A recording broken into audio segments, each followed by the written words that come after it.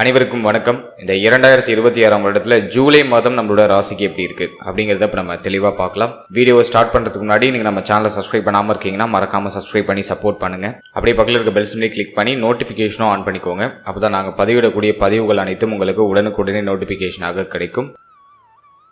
இப்போது 6வது ராசியை வரக்கூடியது கன்னி. கன்னி ராசிக்கு இந்த ஜூலை மாதம் எப்படி இருக்கு அப்படின்னு நம்ம ரிசர்ச் பண்ணி பார்த்த வரைக்கும் இந்த மாதத்துல கிரக நிலைகள்லாம் நம்ம அனலைஸ் பண்ணி பார்த்தோம்னா நம்மளோட ராசிக்கு 6ஆம் இடத்துல ராகு, 7ஆம் இடத்துல சனி, 9ஆம் இடத்துல செவ்வாய், 10ஆம் இடத்துல சூரியன், 11ஆம் இடத்துல குரு, சுக்கிரன், புதன் இந்த 3 கிரகமும் கன்ஜக்ஷன்ல இருக்கு. 12ல வழக்கம் போல கேது. இந்த மாதத்துல கரெக்டா ஜூலை 4ஆம் தேதி சுக்கிரன் நம்மளோட ராசிக்கு 11ஆம் இடத்துல இருந்து 12ஆம் இடத்துக்கு பயிற்சி ஆகிறாரு. அதனை தொடர்ந்து பார்த்தோம்னாக்கா ஜூலை 7ஆம் தேதி புதன் பகவான் வக்ரத்துல நம்மளோட ராசிக்கு 11ல இருந்து 10ஆம் இடத்துக்கு பயிற்சி ஆகிறாரு. மேலும் ஜூலை 16ஆம் தேதி சூரியன் நம்மளோட ராசிக்கு 10ஆம் இடத்துல இருந்து 11ஆம் இடத்துக்கு பயிற்சியாகி குருவோட கன்ஜக்ஷன் ஆகிறாரு. குரு சிவராஜ யோகம். இதை சிவராஜ யோகம்னு டிஃபால்ட்டா சொல்லுவாங்க. குருவும் சூரியனும் இணைகிறது ரொம்ப நல்ல விஷயம். ரொம்ப ஸ்ட்ராங்கான சிவராஜ யோகம் உங்களுக்கு கிரியேட் ஆகுது. அடுத்தது நம்ம பாக்குறது ஜூலை 23ஆம் தேதி வக்ரத்துல இருக்கக்கூடிய இந்த புதன் வக்ர நிவர்த்தி ஆகிறாரு. ஜூலை 26ஆம் தேதி சனி பகவான் வக்ர ஆரம்பத்தை ஸ்டார்ட் பண்றாரு. சோ இதுதான் இந்த ஜூலை மாதத்துக்கான கிரகநிலை. இப்ப இந்த ஜூலை மாத ராசி பலன் நம்ம தெளிவா பார்க்கலாம். ஃபர்ஸ்ட் கன்னி ராசிக்கு புதன் நல்லா இருக்காரா அப்படின்னு நம்ம ரிசர்ச் பண்ண வரைக்கும் புதன் நல்லா அற்புதமா இருக்காரு. ஃபர்ஸ்ட் குருவோட கன்ஜக்ஷன்ல இருக்காரு, அப்புறம் சூரியனோட கன்ஜக்ஷன் ஆகிறாரு. எனவே இந்த மாதத்துல உங்களுடைய சிந்தனை, உங்களுடைய செயல், உங்களுடைய மாற்றம், உங்களுடைய முடிவு எல்லாம் பர்ஃபெக்டா இருக்கு, நல்லா இருக்கு. உயர்ந்த சிந்தனை பிறக்குது இந்த மாதத்துல. உயர்வான எண்ணங்கள் இருக்கு. புதிய விஷயத்துக்கு முயற்சி பண்றீங்க. பெரிய இலக்க நோக்கி பயணிக்கிறீங்க. ஒரு கான்பிடன்ட் இருக்கு, தைரியம் இருக்கு, தன்னம்பிக்கை திரும்ப கிடைக்குது. இதெல்லாம் நம்ம ஒரு பாசிட்டிவா எடுத்துக்கலாம். சோ உங்களுடைய ராசிநாதன் நல்லா இருக்காரு. தொழில் சார்ந்த சிந்தனை, உத்தியோகம் சார்ந்த சிந்தனை, பொருளாதாரம் சார்ந்த சிந்தனை இந்த மாதத்துல அதிகமா வரும். மேலும் அது சார்ந்த வகையில மேன்மையும் உண்டு அப்படிங்கறத நான் சொல்றது. அடுத்த இந்த மாதத்துல மூத்த சகோதர சகோதரிகளுடைய ஆதரவு கிடைக்கும். மூத்த சகோதர சகோதரிகளுக்கு சுப விசேஷம், சுப மாற்றங்கள்லாம் உண்டு. அவங்க சம்பந்தப்பட்ட விஷயங்கள ஏதோ ஒரு விதத்துல சுப வரைய செலவு இந்த காலகட்டங்கள்ல நீங்கும். எனவே இந்த ஜூலை மாதத்துல மூத்த சகோதர சகோதரிகள் சார்ந்த விஷயங்கள்ல மகிழ்ச்சி செய்தி உண்டு. அடுத்தது உங்களுடைய செயல், உங்களுடைய சிந்தனை, நீங்க எடுக்கிற முடிவு, நீங்க செய்யணும்னு நினைக்கிற விஷயம் அதெல்லாம் ஸ்டெப் பை ஸ்டெப் அப்படியே நகருது, பாசிட்டிவா நகருது. சோ இதை நான் உங்களுக்கு ஒரு சாதகமான ஒரு அமைப்பா பாக்குறேன். அடுத்தது தொழில், உத்தியோகம். இதை நம்ம ரிசர்ச் பண்ணி பார்த்த வரைக்கும் 10ஆம் இடத்துல சூரியன் முதல் 15 நாள் இருக்காரு. தொழில் உத்தியோக ரீதியாக எந்த சிரமமும் இந்த மாதத்துல தெரியல. மேல அதிகாரிகளுடைய ஒத்துழைப்பு கிடைக்குது. மேல அதிகாரிகளுக்கும் உங்களுக்கு இருந்து மனக்கசப்புகள் எல்லாம் விலகுது. மேலும் மேல அதிகாரிகள் சார்ந்த வகையில நிறைய சப்போர்ட் கிடைக்குது இந்த நேரத்துல. அது மட்டும் இல்லாம அரசு உத்தியோகத்துல இருக்கீங்கன்னாக்கா உங்களுக்கு ப்ரமோஷன், சம்பள உயர்வு, பதவி உயர்வு, பதவி மாற்றம் இதெல்லாம் பிரமாதமா கிடைக்குது. வேலையில எந்த பிரச்சனையும் இல்லை. உங்களுடைய அங்கீகாரம், வேலையில உங்களுக்கு ஒரு சுதந்திரம், வேலையில ஒரு உயர்வு, ஒரு நல்ல பேரு, மதிப்பு, மரியாதை இதெல்லாம் பிரமாதமா கிடைக்குது. வேலை வாய்ப்பு இல்லாதவர்களுக்கு இந்த மாதத்துல புதுசா வேலை வாய்ப்பு கிடைச்சிடும். தாராளமா முயற்சி பண்ணலாம். அடுத்தது பிசினஸ் பொறுத்த வரைக்கும்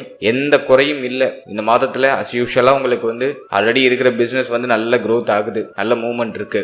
பிசினஸ் நெக்ஸ்ட் லெவலுக்கு எடுத்துட்டு போறதுக்கான சிந்தனை எல்லாம் பண்றீங்க, மாற்றங்கள் பண்றீங்க. சோ அதுக்கெல்லாம் அந்த நேரம் சாதகமா இருக்கு. புதிய முதலீடு பண்ணலாமானா தாராளமா பண்ணலாம். புதிய முதலீடு பண்றதுக்கு ரொம்ப நேரம் சாதகமா இருக்கு. ஆனா பார்ட்னர்ஷிப்ல பிசினஸ் பண்றதை அவாய்ட் பண்ணுங்க. கூட்டு தொழில் இப்போதைக்கு ஒத்து வராது. நீங்க சுயமா தொழில் தொடங்கணும்னு நினைக்கிறீங்கன்னா இந்த மாதம் உங்களுக்கு சாதகமா இருக்கு. தாராளமா முயற்சி பண்ணலாம். சுப செய்தி உண்டு. எனவே தொழில், உத்தியோகம் இது உங்களுக்கு எந்த குறையும் இல்லை அப்படின்னு தான் நான் சொல்றேன். அடுத்து பொருளாதாரத்தை நம்ம ரிசர்ச் பண்ணி பார்த்த வரைக்கும் 11ல உச்ச குரு. மாதத்தோட செகண்ட் ஹாஃப்ல சூரியன் உங்களுக்கு குருவோட கன்ஜக்ஷன் ஆயிடுறாரு. ரொம்ப நல்ல விஷயம். எனவே பொருளாதார ரீதியாகவும் உயர்வு உண்டு. ஆனா 12th ஹவுஸ்ல இருக்கிற கேது தொடர்ச்சியா செலவு கொடுத்துக்கிட்டே இருக்கும். கையில பணம் தங்காது. வர பணம் செலவாயிட்டே இருக்கும். எனவே வரவுக்கு ஏத்த செலவு இருக்கு அப்படின்னு தான் நான் சொல்றேன். ஆனா வரவுல ஏதாச்சும் தடை இருக்கா, ஏதாச்சும் பிரச்சனை இருக்கானா கண்டிப்பா இல்ல. உங்களுக்கு வர வேண்டிய பணம் கைக்கு சேருது. உங்களுடைய தேவைகள், எண்ணங்கள் எல்லாமே பூர்த்தி ஆகுது. ஏன்னா கையில சேமிக்க முடியாம பணம் உடனே செலவாகுது. அதுதான் நம்ம மெயினா பாக்குறோம். சுப விரய செலவு அதிகமா இருக்கும். அதனால கவலைப்பட வேண்டிய அவசியம் இல்லை. அடுத்தது நம்ம மெயினா பாக்குறது திருமண முயற்சி, திருமண வாழ்க்கை. இதை நம்ம ரிசர்ச் பண்ணி பார்த்த வரைக்கும் 7ஆம் இடத்துல சனி, 7ஆம் அதிபதி ஸ்ட்ராங்கா இருந்தாலும் 7ஆம் இடத்துல சனி, பட் குரு பார்வை இருக்கு. திருமண முயற்சிகளை பண்ணலாம். கொஞ்சம் குழப்பம் இருக்கு, தடை இருக்கு, தாமதம் இருக்கு. ஒரு விஷயம் நினைச்ச மாதிரி ஸ்பீடா நகர மாட்டேங்குது. திருமண முயற்சியை பொறுத்த வரைக்கும் ஸ்பீடா எதுவும் நகர மாட்டேங்குது. பட் அந்த மூவ்மெண்ட் இருக்கு, அந்த முயற்சிகளை பண்றீங்க. கொஞ்சம் தாமதமானாலும் நல்ல மன வாழ்க்கை அமையும் அப்படின்னு தான் நான் சொல்றேன். நல்லா அவசரப்பட வேண்டாம். பொறுமையா நிதானமா பாருங்க. வரன்களை தேடுங்க. உங்களுக்கு உங்களுக்கு ஏதுவான ஒரு நல்ல ஒரு வாழ்க்கை துணை இந்த காலகட்டங்களில் உங்களுக்கு கிடைக்க வாய்ப்பு அதிகம். ஸோ தாமதமானாலும் சுப செய்தி நல்லபடியா வந்து சேரும் அப்படிங்கிறது என்னோட கருத்து. ஏன்னா 7ஆம் இடத்துல குரு இருக்கிறது, 7ஆம் அதிபதி உச்சமா இருக்கிறது ஒரு பலம். எனவே இந்த மாதத்தை பொறுத்த வரைக்கும் திருமண முயற்சி பண்ணலாம், பெருசா எதுவும் பாதிப்பா தெரியல. கொஞ்சம் தாமதமானாலும் சுப செய்தி நல்லபடியா வந்து சேரும். அடுத்தது வந்து மன வாழ்க்கையை பொறுத்த வரைக்கும் மன வாழ்க்கையில இருந்த கசப்பு, மன வருத்தம், பிரச்சனை, குழப்பம் எல்லாம் சரியாயிடும். வாழ்க்கை துணையுடைய ஆதரவு கிடைக்கும். வாழ்க்கை துணை சார்ந்த வகையில என்னெல்லாம் பிரச்சனையை சந்திச்சுட்டு வந்தீங்களோ அதெல்லாம் இப்ப சரியாயிடும். இன்ஃபேக்ட் உங்களுக்குள்ள பிரச்சனை இருந்தாலும் அது வெளிவட்டமா தெரியாது. பாக்குறவங்களுக்கு நீங்க ஒத்துமையா இருக்கிற மாதிரியான ஒரு பிம்பத்தை கொடுத்துரும். கடந்த காலகட்டத்தை நம்ம எடுத்து ரிசர்ச் பண்ணோம்னா அவங்க 2 பேருக்குள்ள இருக்கிற இந்த பிரச்சனை, வாக்குவாதம்லாம் வெளியில உள்ளவங்களுக்கு தெரியும், ஃபேமிலி மெம்பர்ஸுக்கு தெரியும். ஆனா இப்போ குரு பார்வை உங்களுக்குள்ள இருக்கிற சங்கட்டங்களை வெளியில காட்டாம அப்படியே ஒரு மாதிரி ஒரு சாந்தமா மாத்திரும். மேக்சிமம் இருக்கிற பிரச்சனை நிவர்த்தி ஆயிடும். ஒரு மன திருப்தி, மன அமைதி, ஒரு புரிதல், இதெல்லாம் வந்து இந்த நேரத்துல உங்களுக்கு பிரமாதமா கிடைச்சிடும். எனவே மன வாழ்க்கை நான் ஸ்மூத்தா நகருதுன்னு தான் சொல்லுவேன். எதுவும் பெருசா குற்றமா தெரியல. அடுத்தது நம்ம மெயினா பாக்குறது இந்த மாதத்துல குடும்பம். செலவு வந்து ஃபேமிலி ரிலேட்டடா அதிகமா இருக்கும். ஏன்னா 2ஆம் அதிபதி சுக்கிரன் உங்களுக்கு கேதுவோடு இணைஞ்சு 12ஆம் இடத்துல மறைகிறாரு. அடுத்த நீச்சத்தை நோக்கி பயணிக்கிறாரு. எனவே இந்த மாதத்தை பொறுத்த வரைக்கும் குடும்ப சுமை அதிகமா இருக்கும். குடும்பத்துல செலவு அதிகமா இருக்கும். மாத்தி ஃபேமிலி மெம்பர்ஸ், ஃபேமிலியில உள்ளவங்க எல்லாம் உங்களை ஒரு மாதிரி டார்ச்சர் பண்ணுவாங்க, ஒரு மாதிரி செலவு இழுத்துக்கிட்டே இருப்பாங்க. அது மட்டும் இல்லாம வந்து இந்த மாதத்துல மெயினா நம்ம கவனம் செலுத்த வேண்டியது உங்களுடைய வார்த்தைகள். பேச்சுல ரொம்ப கவனமா இருக்கணும். பேசக்கூடாத பேசுறதுக்கான வாய்ப்பு அதிகம். எனவே வார்த்தைகள்ல ஒரு நிதானத்தை கடைபிடிக்கிறது ரொம்ப நல்லது. அதற்கு அடுத்தபடியா குடும்பத்துல சுப விரய செலவு அதிகமா இருக்கும். செலவுன்னு சொன்ன அது நல்ல செலவா கெட்ட செலவான சுப விரய செலவு, மங்கள செலவு நிறைய இருக்கு. மாத்தி ஒரு மெம்பர் ஃபேமிலி மெம்பர்ஸ்ல ஒருத்தவங்களுக்கு ஒரு செலவு வந்துகிட்டே இருக்கும். அடுத்தது மெயினா நம்ம சொல்றது வந்து 9ஆம் இடத்துல செவ்வாய். தந்தை சார்ந்த விஷயங்கள்ல கவனமா இருக்கணும். தந்தையுடைய தேக ஆரோக்கியம், மன ஆரோக்கியம், தந்தை வழி உறவுகள் சார்ந்த விஷயம், மேலும் தந்தையுடைய இந்த உறவு நிலை சார்ந்த விஷயம், இதுல எல்லாம் ரொம்ப கவனமா இருக்கணும். ஏன்னா இந்த நேரத்துல தந்தையோட ஏதாச்சும் கருத்து போராட்டம் காரசாரமா வரதுக்கு வாய்ப்பு இருக்கு. மேலும் தந்தை சார்ந்த வகையில ஏதாச்சும் விரைய செலவு வந்து நீங்க வாய்ப்பு இருக்கு. எனவே தந்தை சார்ந்த விஷயங்களை கவனம் செலுத்துகிறது நல்லது. அடுத்தது நம்ம வந்து கன்னிக்கு பாக்குறது புத்திரபாகியம், பிள்ளைகள் சார்ந்த விஷயம். இதெல்லாம் நம்ம ரிசர்ச் பண்ணி பார்த்த வரைக்கும் 5ஆம் இடத்துல குரு பார்வை நல்லபடியா இருக்கு. அதனால எந்த பிரச்சனையும் இல்ல. குழந்தை பாகியம் இல்லாதவங்களுக்கு புத்திரபாகியத்துல சுப செய்தி கிடைச்சிடும். தாராளமா முயற்சி பண்ணலாம். நேரம் ரொம்ப நல்லா இருக்கு. அடுத்தது பிள்ளைகள் சார்ந்த வகையில் இருந்த வருத்தம், கவலை, குழப்பம் எல்லாம் சரியாயிடும். பிள்ளைகளுக்கு சுப விசேஷம், சுப மாற்றங்கள் ஏதாச்சும் செய்யணும்னு நினைக்கிறீங்கன்னா இப்போ செயல்படுத்தலாம். முயற்சி பண்ணா அது பாசிட்டிவ் ரிசல்ட்டை கெடுத்துரும். எனவே இந்த மாதத்துல பிள்ளைகள் சார்ந்த வகையில சுப விரைய செலவு உண்டு. பிள்ளைகளுடைய எதிர்காலத்துக்காக இந்த மாதத்துல ஒரு சில பிளானிங் எல்லாம் பண்ணுவீங்க. ஸோ அதுவும் வந்து ஒரு பாசிட்டிவ் ரிசல்ட்டை தான் கொடுக்குது. அடுத்தது காதல் உறவு, காதல் வாழ்க்கையெல்லாம் இந்த மாதத்துல எதுவும் பெருசா கசப்பை கொடுக்குற மாதிரி இல்லை. ஏன்னா சுக்கிரன் கேது இணையுது. கொஞ்சம் ஒரு மாதிரி வாக்குவாதம், சின்ன மிஸ் அண்டர்ஸ்டாண்டிங் வந்து போகலாம். பட் அது எதுவும் உங்களுக்கு பெருசா பாதிப்பா தெரியல. ஏன்னா 5ஆம் இடத்துல குரு பார்வை இருக்கிறதுனால காதல் உறவும் உங்களுக்கு ஆல்மோஸ்ட் ஸ்டேபிளா தான் இருக்கும். அன்ஸ்டேபிளா எதுவும் தெரியல. அடுத்தது நம்ம பாக்குறது வந்து தேக ஆரோக்கியம். தேக ஆரோக்கியத்தை பொறுத்த வரைக்கும் 4ஆம் பாவகம் பெருசா பாதிக்கப்படல.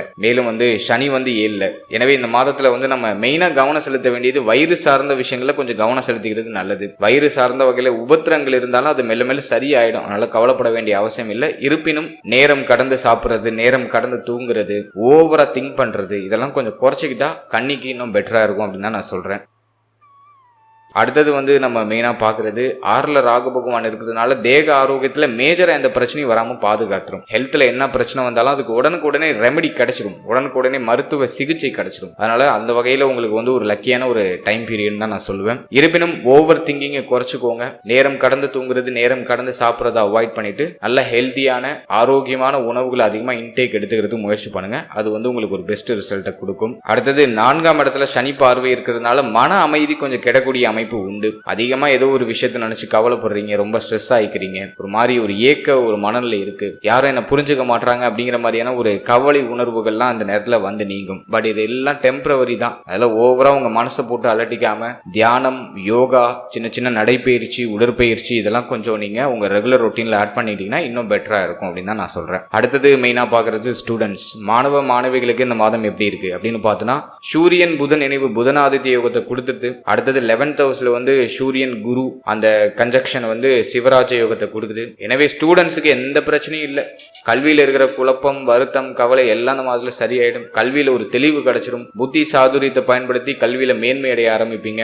அரசு வழியில கல்விக்கு நிறைய உதவி கிடைக்கும், நிறைய அங்கீகாரம் கிடைக்கும். கல்வி சார்ந்த வகையில உங்களுக்கு தேவையான அத்தனை விஷயமும் உங்களுக்கு சாதகமா கிடைச்சிடும். கல்வியில எந்த பிரச்சனையும் இல்லை. தேவையில்லாத விஷயத்த ஓவரா திங்க் பண்றத ஸ்டூடெண்ட்ஸ் விட்டுட்டா இந்த மாதம் உங்களுக்கு இன்னும் பியூட்டிஃபுல்லா இருக்கும். எனவே தேவையில்லாத யோசனை, தேவையில்லாத கவலை, ஃபேமிலி பத்தி திங்க் பண்றது, பொருளாதாரம் பத்தி திங்க் பண்றது இதெல்லாம் இல்லாம உங்க ஸ்டடீஸ்ல கொஞ்சம் ஃபோக்கஸ் பண்ணா இன்னும் பெட்டரா இருக்கும் அப்படின்னு எனக்கு தோணுது. மற்றபடி எதுவும் உங்களுக்கு எதுவும் டஃபா இருக்கானா கண்டிப்பா இல்ல. நீங்க எழுதுற இந்த காம்படிட்டிவ் எக்ஸாம், நீங்க எழுதக்கூடிய இந்த என்ட்ரன்ஸ் எக்ஸாம் எல்லாமே உங்களுக்கு பாசிட்டிவ் ரிசல்ட் கொடுத்துரும் இந்த மாதத்துல. எனவே கல்வி ரீதியா ஒரு தெளிவு, முக்கிய மாற்றம், ஊரு விட்டு ஊரு போய் படிக்கிறது, மாநிலம் விட்டு மாநிலம் போய் படிக்கிறது, மேலும் நாடு விட்டு நாடு போய் படிக்கிறது, இது போன்ற அமைப்புகள்லாம் உண்டு. ஸோ ட்ரை பண்ணீங்கன்னா பாசிட்டிவ் ரிசல்ட் உண்டு. எனவே ஸ்டூடெண்ட்ஸுக்கும் இந்த மாதம் வந்து சூப்பர் பாசிட்டிவா இருக்கு. ஓவராலா இந்த ஜூலை மாதம் கன்னி ராசிக்கு ஒரு நல்ல ஒரு ஸ்கோர் தான் பண்ணிருக்கு. நான் என்ன ஒரு குறையா பாக்குறேன்னா, ஓவர் திங்கிங் குறைச்சுக்கோங்க, ஓவரா யோசிக்கிறத குறைச்சுக்கோங்க. முடிவு எடுக்கிறதுல தாமதம் இருக்கும், குழப்பம் இருக்கும், அதை கொஞ்சம் நியூட்ரலைஸ் பண்ணிக்கிறதுக்கு முயற்சி பண்ணுங்க. அடுத்த செலவுல கொஞ்சம் கவனம் வைக்கணும். தேவையில்லாத தண்ட விரை செலவு குறைச்சி சுப விரை செலவு அதிகப்படுத்திக்கோங்க. தந்தை சார்ந்த விஷயங்களை கொஞ்சம் நிதானத்தை கடைபிடிக்கிறது நல்லது. இதை மட்டும் கொஞ்சம் மேஜரா நீங்க கவனம் செலுத்திட்டா போதும். மற்ற விஷயம்லாம் உங்களுக்கு ஆல்மோஸ்ட் ஃபேவரா இருக்கு. என்னுடைய மனமார்ந்த வாழ்த்துக்கள்.